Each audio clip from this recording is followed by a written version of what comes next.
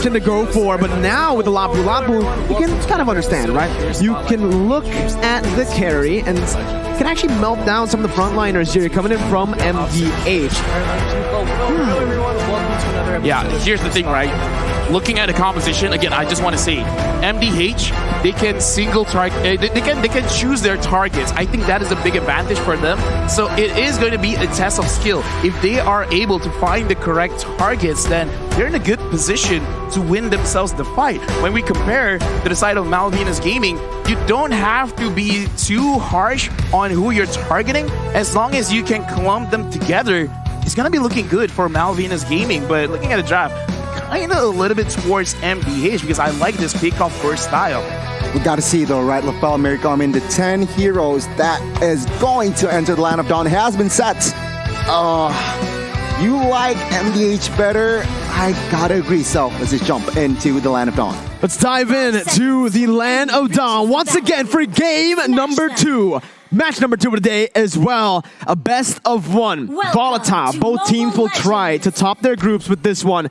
High stakes. As again, we get into the mid lane. And so far in this tournament, we've seen kind of a mix, right? Just based on game 1. Obviously still very low data, but mid control doesn't always equal the win early on now. Yeah, right now Gunnar is establishing dominance in the jungle, forcing Prince Fran to use the retribution early and looking more into this composition. Dragon, he's gonna be way tankier, especially with the Vengeance. So looking at this, MDH, they really have to focus on what they're gonna do in the mid stage of the game compared to Malvinas Gaming, because I kind of feel like Malvinas Gaming, even though like they're early game centric, it's pretty good if they just want to stall it out as well. Yeah, I mean, they have to wait level 4, right? Real World Revelation, New Neon Blast, they need level 4 to really impact the Land of Dawn. And of course, MDH, they do need time in a sense. I mean, Jogua on that link should be more proactive, but take a look here already. An aggressive maneuver on towards Steve. Will this be the first blood? I need my help.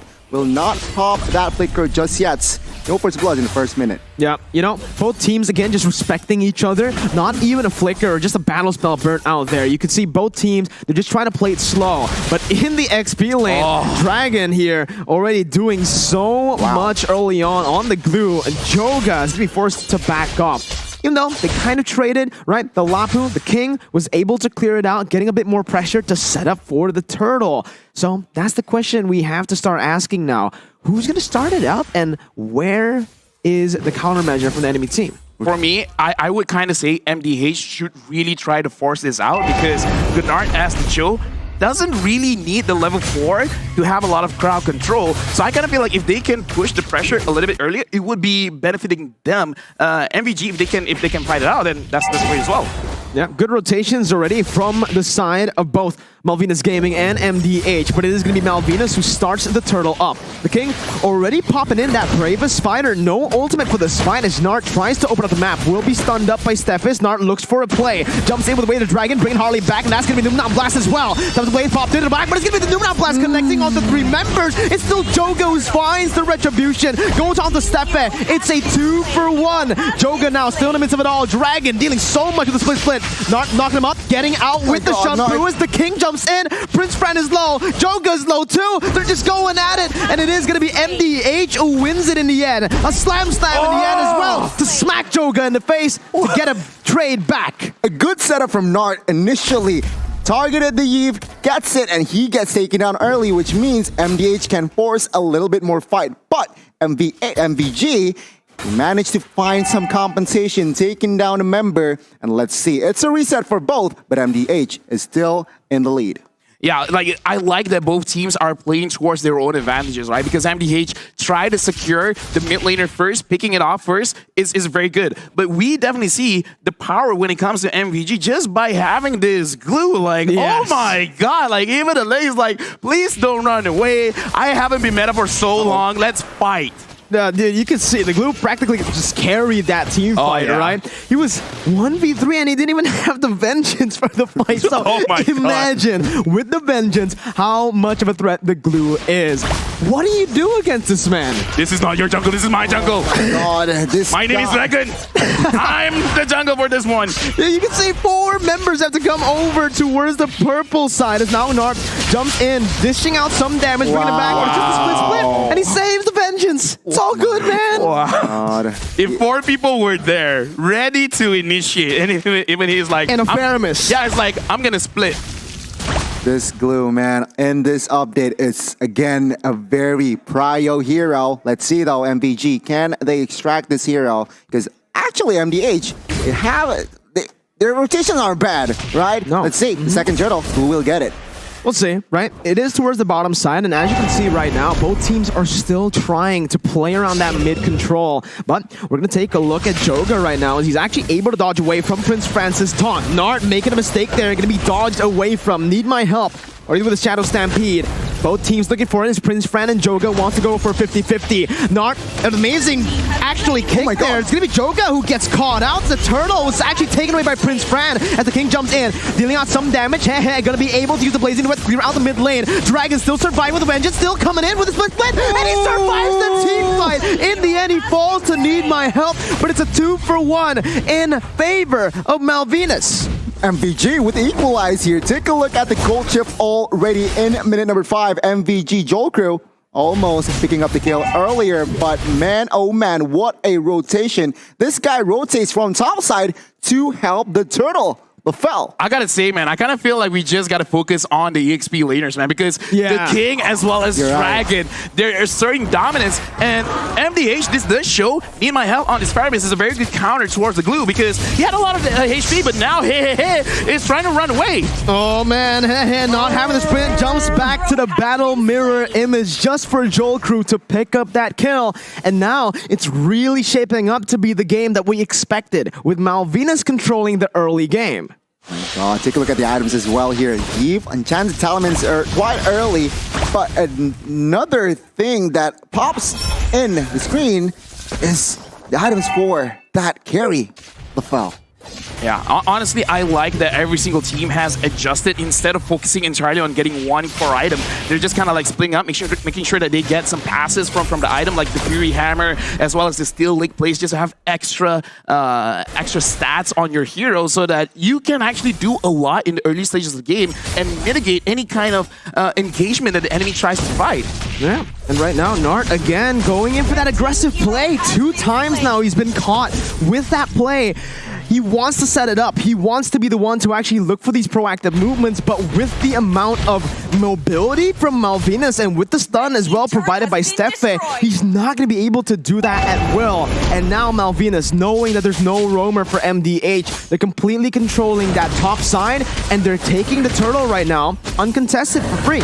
What I love about Malvinas gaming here is their execution is just so in sync, and they do not forget about neutral objectives like turrets, and of course this turtle. They managed to find the 3rd turtle.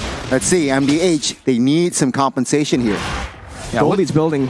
No, honestly, like I'm looking at this game and I'm seeing what are they waiting for, because Malvinas gaming, look at this, the damage is so strong, and it looks like they're gonna engage onto the jungler. Joga's gonna be caught there, but the Numenon Blast and the real world manipulation basically zones everyone away from trying to follow that play up. MDH losing Joga on a Ling now that's behind of that Fredrin. The King using the Bravest Fighter just to clear out the waves. He's going to be punished here by a dive, and it's going to be the King who gets picked off, who jumps in looking for some more sustain. He gets out. Steffe looking for a stun, jumps in, flickers as well under the turret just to smack him up. Harley surviving with one, but he won.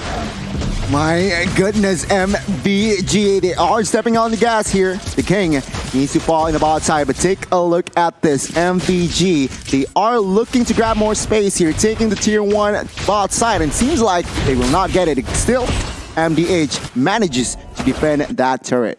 Right now, MVG, they're just solidifying every single lane for themselves because MDH, it looks like they're kind of getting picked off one by one because Gunnar tries to get information, but because the carry is there, you're going to get popped so fast. And I kind of feel like this is creating such a big problem for the side of MDH because the glue is more tankier than the roamer. And when it comes to Joel Crew on this carry, he really doesn't care who's in front of him. So right now, MVG, they're getting their win condition. The king goes in, but he didn't catch anyone. Nart going to be able to find a way to drag it onto Sephet. That's just the roamers. That's going to be the back line targeted by Prince Fan. Oh, they're now, real roam ablation on top of the Faramis ult, as that's going to be the Blazing Duet popped in as well. Harley caught low. Joel Crew still free hitting with a full HP bar. He's still actually going to be able to push MDH back, but it's MDH who finds the pick. Man, I can see why Carry has been such a prior today. Remember, the first game, Carry was also picked up by Blacklist, and now another team fight is brewing up here, Mirko. No, it's not a team fight when there's Dragon, right? It's just, hey, he walks he's wherever harassing. he wants. He's harassing the members of MDH. But again, the first Lord is up now. It's very, very critical situation, especially for MDH. Nart looking for the play, gets Prince Fran right there, but there's no follow-up, as that's the real world ablation that actually locks them down. Need my help with no cult altar. Gonna be gunned down. That's the damage coming through, and is gonna fall for the second time in this game to Joel Crew, who's absolutely massive right now. MDH, how do they contest for the turtle or the Lord now? Honestly, I kind of feel like they gotta slow things down a little bit because they've been, okay, even in the fight where they're all clumped up together, somehow MVG forces MDH to go left and right, never together. So far, we've seen MVG controlling the movement of MDH. You guys have to split up, and when they do split up, it's usually the damage dealers all alone, making it so that they're very vulnerable to any kind of damage coming in from MVG. So right now, MVG, they're telling MDH, you go left, you go right. I'm shot calling for you. I mean, you're right, MDH, they need to pick their battles here. They do not want to get driven by the side of MVG. MVG now, with the Lord push, has established a 3,000 gold lead. But take a look at this, another purple invade perhaps. Nart again in the midst of it all, gonna be actually melted down there. That's Joel Crew dealing so much. The call altar just to save him as Joga gets out. Doesn't get the purple buff, however. It's still Prince Fran who wins out that retry battle. And it is getting from bad to worse from MDH, with Malvinas completely controlling the map and even claiming MDH's jungle. Yeah, right now, honestly, man, I gotta say, this is just the second game of the day, but we can see the strength of Carry as well as Blue. MVG, they're sticking to their guns. They're actually trying to get one of the turrets here, but it looks like a very good defense coming in from MDH, but no, never mind. The King got caught, and the King is taking so much damage, but he still survives. What is that damage, my guy? Oh my goodness, Joel Crew is an absolute monster on the carry right now. You can see here MDH already executing the split push potential that they have, because take a look at the items, take a look at the gold here. Carry 8,000 gold. No golden staff yet. No golden staff no yet. No golden staff yet. So this is crazy. Explain. Okay, here's the thing, right? It looks like in terms of the players, there's two ways that you want to go with your build. Number one, quickly get your Corrosion Scythe, your Demon Hunter Sword, as well as your Golden Staff. But if you want to play a little bit more disciplined, you delay the Golden Staff just a little bit so that you get your Wind of Nature first, making it so that even if you do get engaged on, you can survive if your tank or your roamer is not there to protect you. So looks like in this game, Malvinas Gaming, they just do not want to lose their advantage that they've already piled up against MDH. So going for the safe pick, that's good. That's so unfortunate for Nart, man. He goes on to Harlot, but the kick did not go through all the way. Still on the back line with the Blazing Duet, dealing a whole lot of damage, but Joel Crew does more. Dragon now onto Hehe, who has the sprint. Hehe is running for the hills, gets out with a battle mirror image, and it's a 1-for-1. Nart for Harlot, which is technically worth it, but oh my god, okay, we're good. Don't say anything. Don't snitch. But there you go, he made it. But yeah, back to your point here, LaFell. A very intelligent item from the side of Joel Crew. He doesn't want to, he knows he is dominated. He's dominating the game, but he has enough damage, so let's be more respectful. But now, the Lord is up. This is Enhanced Lord, so MDH, they need to figure something out. I kind of feel like if Joga can get a way to get onto Joe Crew, that's great. But we can see that Gunnar has been trying and trying and trying, and every single time he tries, he dies. It's not a good situation to be in. Hey, just got down by Dragon. Oh, what did you do, Dragon? Dragon, look at him, look at him. He just walks up menacingly and 4 people have to back off. Dragon is just dragging everyone all around. Oh my god, look at him, look at him. He's just walking with swag, man. He looks like he doesn't care. He doesn't care. He dragged Hehe from the mid lane all the way back to the base. He doesn't care, man. He doesn't care. It's a good mindset to be in when you don't have to care. This is why you ban glue. I feel like in this match and this current tournament, if you're the first pick, you should prior glue, and if you're the second pick, you just ban that glue out. Let's see here, the offense and defense for both teams seems like MDG. With this goal established already, they might take 2 base turrets if they're lucky. If MDH screws up, let's see. The King now jumping with the bravest fighter. What? Oh my goodness, the cold altar isn't enough. He flickers out just to die towards Joel Crew. Oh my god, does he have Golden Staff? Please tell me he has Golden Staff now, right? Yeah. Mirko, Gani, answer this riddle. What are you going to do against someone that doesn't die and someone that does too much damage? You run. You run. Thank you very much. I do agree. You run.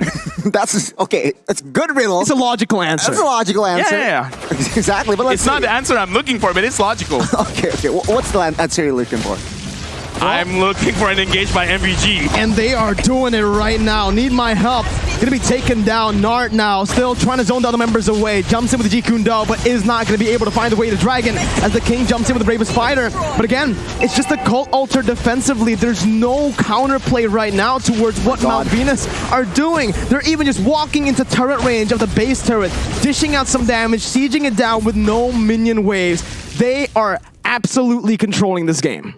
Looking bleak for MDH. They are now behind 6,000 gold. Oh my god, another engage. Again, Dragon here, he just jumps in and he is going to be able to zone Hehe away with a nature pop, but that's the magic damage coming through. Joel Crew, free hitting on the back, getting the double. The King, who has the damage reduction, will not be able to survive this. That's the mid-base turret taken out without a minion. A single minion wasn't necessary for Malvinas. It's a triple kill over to Joel Crew. Joga and Need My Help now trying desperately to save the game. Dragon still able to jump in with a slam. Joel Crew targeting the base, and it's going to be Malvinas Gaming who tops their group for now. 1-0 up against MDH. The runner-ups from Latin America managed to squeak the win here in our second match of the opening day. Congratulations, but my god, what an execution by Dragon. They just force themselves towards victory. They just walk up and be like, if you